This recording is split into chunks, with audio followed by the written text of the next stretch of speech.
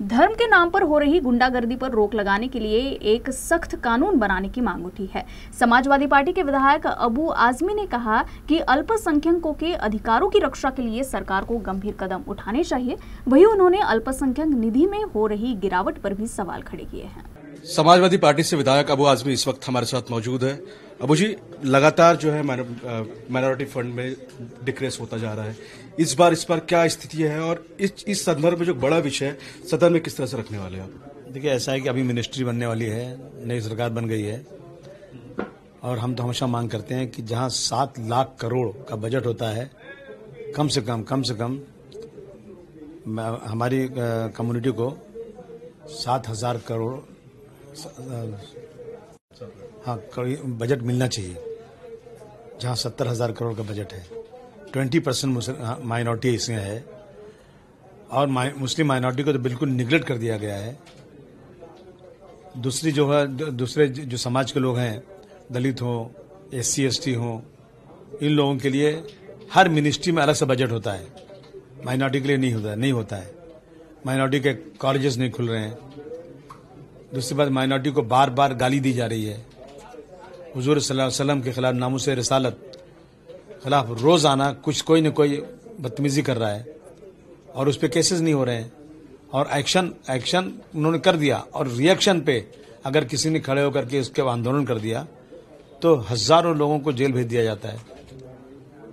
और जो लोग ये गलत काम कर रहे हैं उनको गिरफ्तार ही नहीं किया जा रहा, और गिरफ्तार किया जा रहा है तो 5 मिनट में कोर्ट पुलिस स्टेशन छूट के आ जा रहे हैं।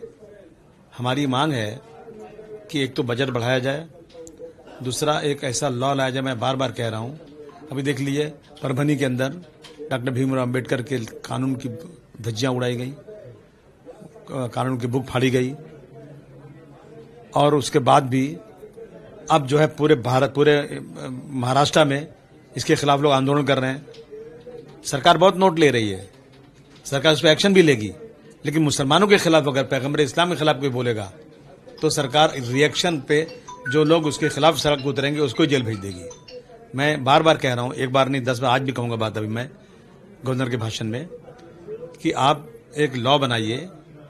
किसी धर्म के खिलाफ कोई अपमानित बात कहता है, किसी धार्मिक ग्रंथ के खिलाफ कहता है, कोई भी देश के कानून के खिलाफ, डॉक्टर भीमराव अम्बेडकर के कानून के खिलाफ कोई जो है उसकी बुक जलाता है, उनको अपमानित करता है, तो उसको आतंकवाद जैसे केस में बंद कीजिए, UAPA।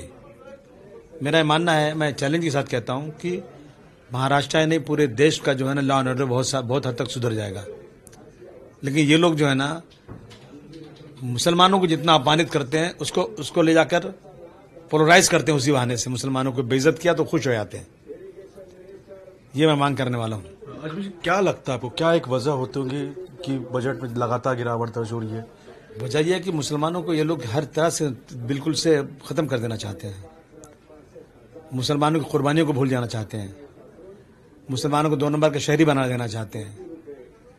1947 में जब देश आज़ाद हुआ था तो मुसलमान मोहम्मद अली जिन्ना की आवाज़ के ऊपर जा रहा था पाकिस्तान, सरो सामान लेके जा रहा था।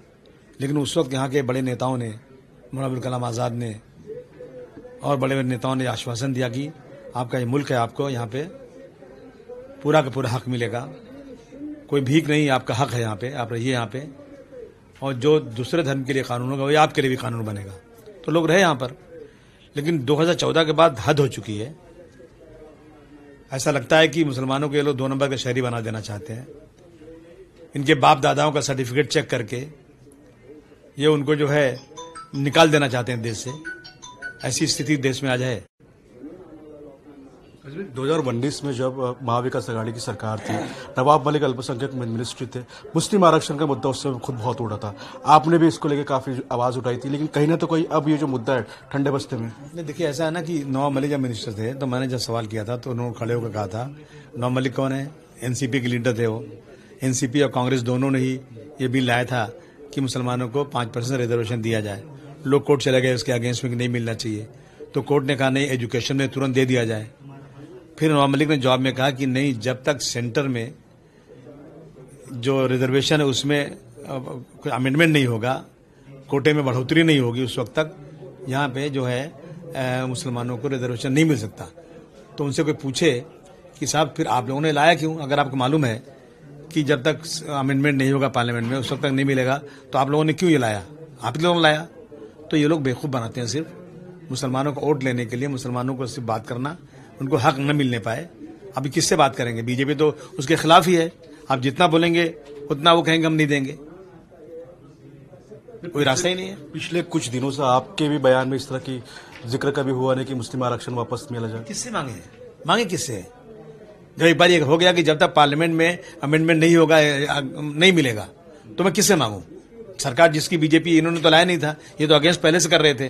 जो कांग्रेस सरकार थी उन्होंने दिया ही नहीं, उनकी सत्ता आई भी, ये कानून लाने के बाद भी सत्ता आई, उन्होंने नहीं दिया, तो मैं क्यों चिल्ला के अपना खराब करूं, अपने आप को बेइज्जत करूं? बहुत शुक्रिया सर बात करने के लिए। नागपुर से वीडियो जर्नलिस्ट मिथुन आत्मा के साथ फैसल खान, न्यूज़ के लिए।